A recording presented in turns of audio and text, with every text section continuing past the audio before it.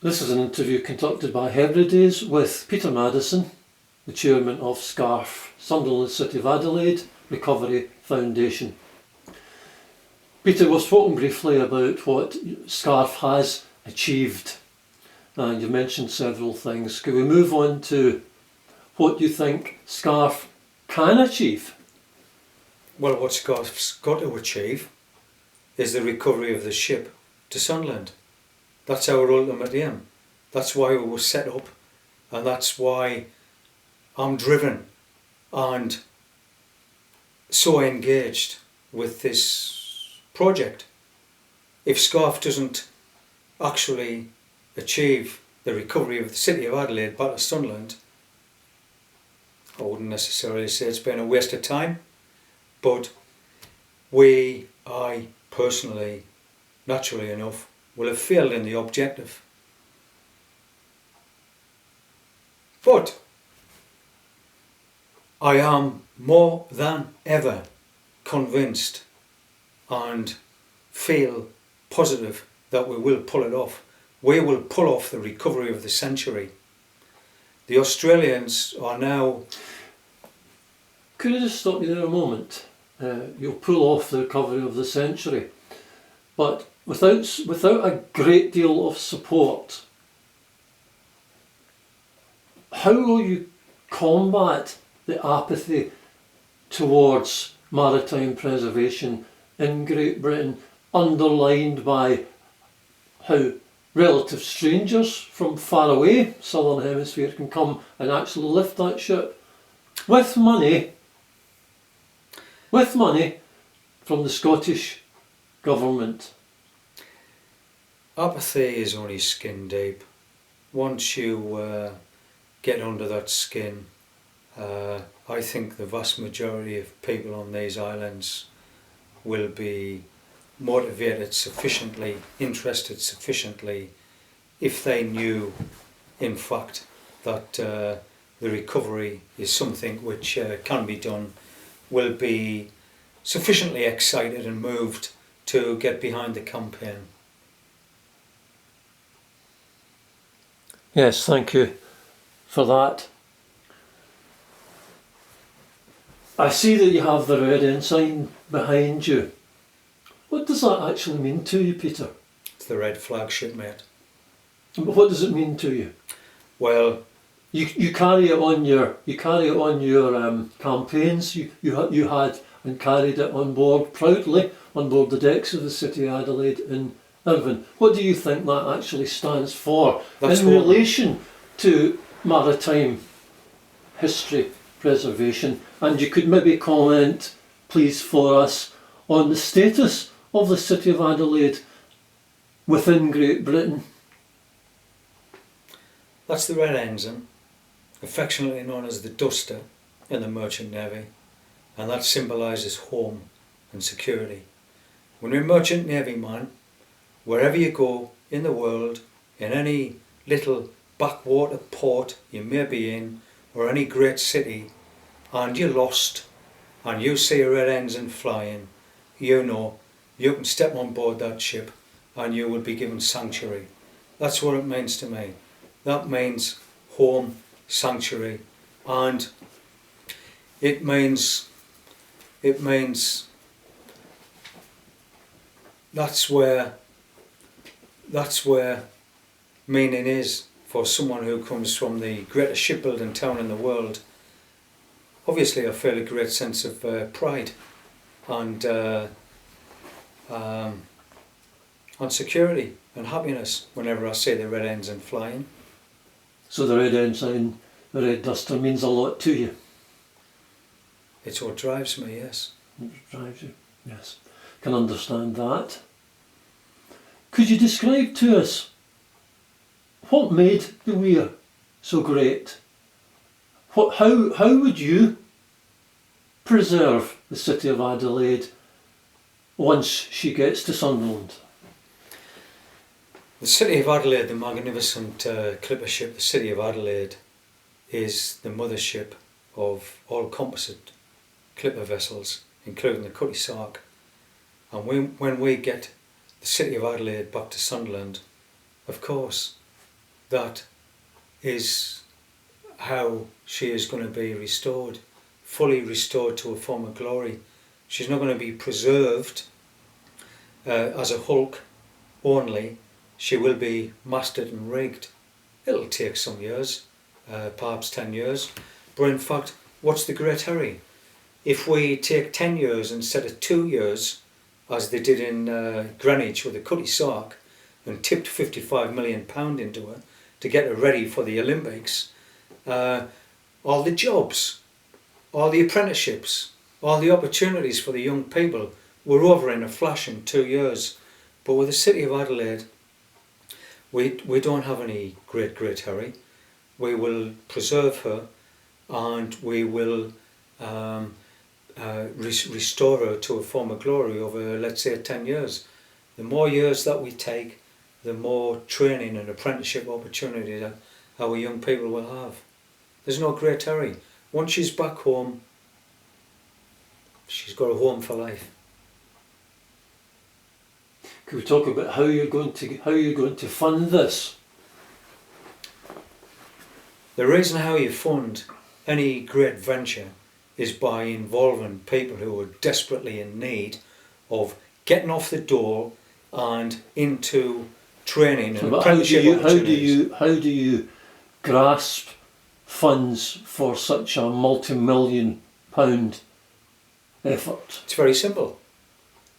If you take away any opportunity from somebody to work, and then furthermore the government takes away any opportunity of you being able to pay your rent or to put food on your table, you go out there and you rob and you get involved with crime, because a man has got to eat.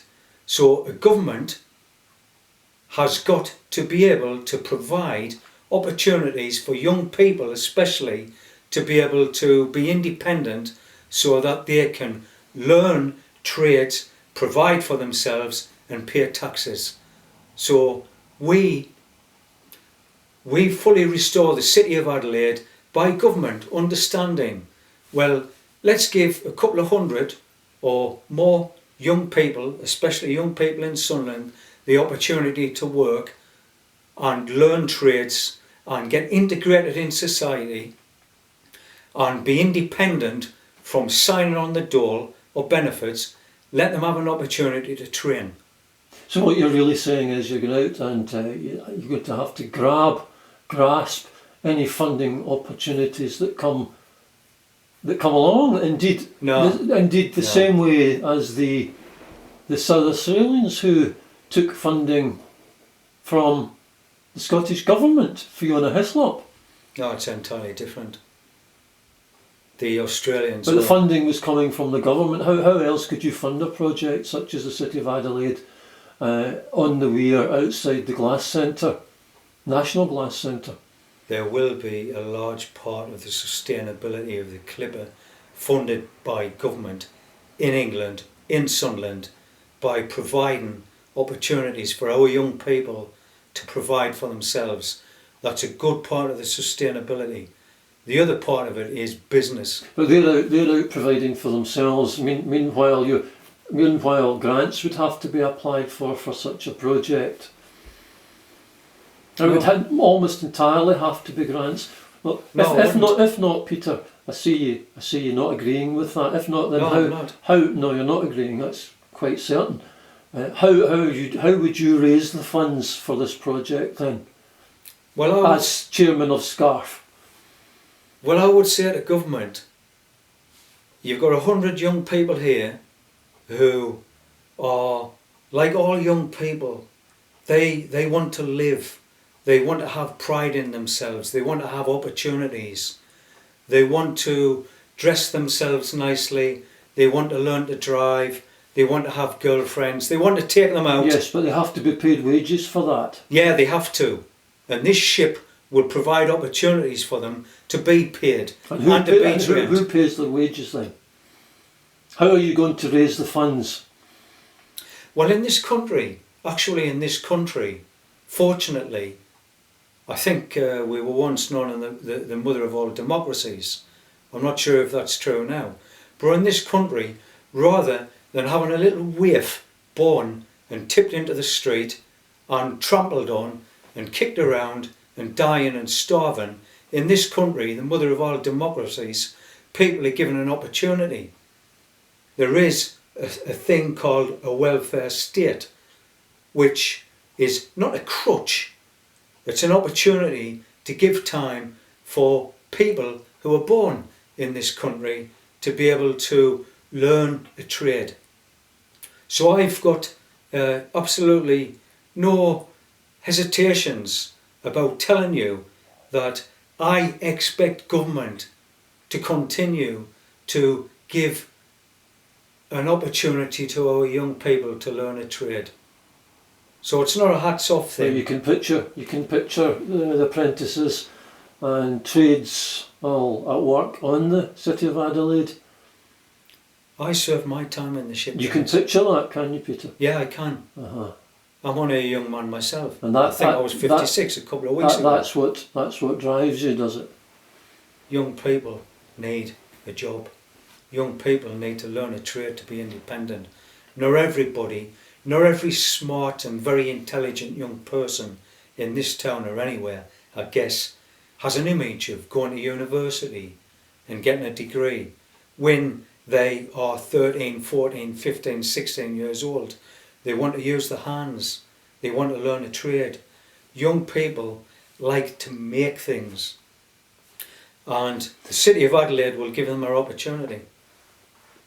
Peter, there have been some successful and rather less than successful attempts at preservation, and Yeah. I'm thinking about the Manxman, and I'm also thinking about the Medway Queen. The Medway Queen was rebuilt, the Manxman was scrapped, there was possibly not enough effort put into her retention.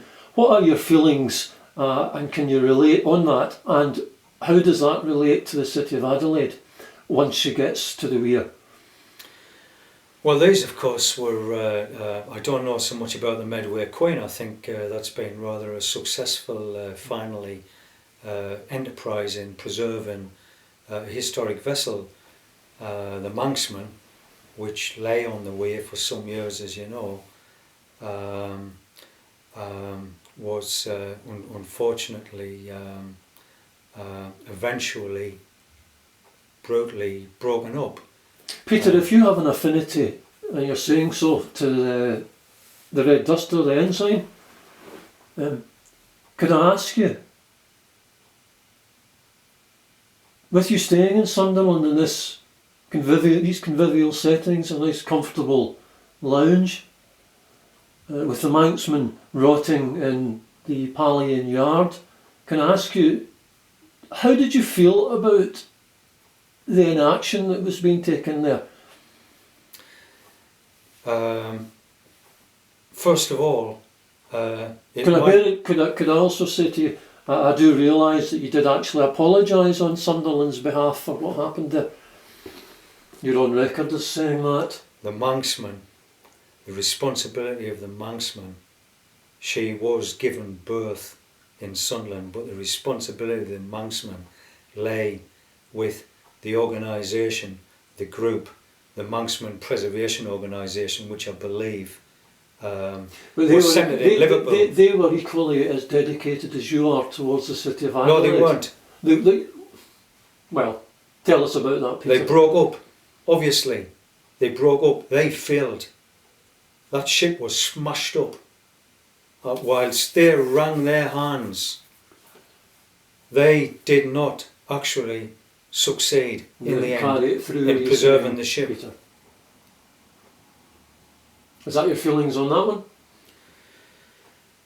Everyone does their best.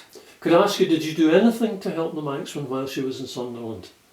Bearing in mind your attitude towards preservation and heritage that's become desperate. My priority is saving the City of Adelaide for Sunderland. The people who had successfully over a number of years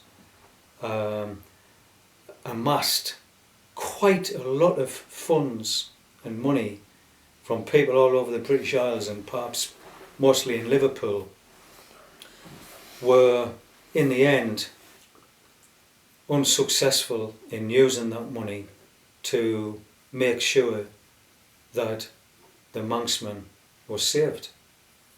I'm sorry if I seem to be choosing my words rather carefully and do you think they just gave up? Do you think they just gave up to it? No, they didn't give up. They broke up. They broke up. They broke up. There was a group of people, a tight-knit group of people, and after years of campaigning, I wouldn't say inevitably, but eventually there were breakups within the group. How do you think they should have done that? And in the way you're relating, in your way, relating that to the city of Adelaide also. Do you think that you have done things and not yet been successful in your own way, but not fully successful, as she's still going to Australia, and obviously with the hope that she'll be returning? Do you think they should have done what they should have done? They are two different ships, after all. The city of British Adelaide, Maritime Heritage. Yeah. So what is the merit? There are many people there are many people who would say that, or might say that the Manxman should have been preserved ahead of the city of Adelaide. I would like to think that they would be, but unfortunately, there wasn't enough of those people, and they weren't committed enough, and weren't passionate enough, and weren't determined enough to save the Manxman. Otherwise, they would have bought themselves a house in Sunderland and had a campaign group in Sunderland. It's not that far from Liverpool to Sunderland. I invited their group to stay with me and to visit the Manxman in the yard at Pallion.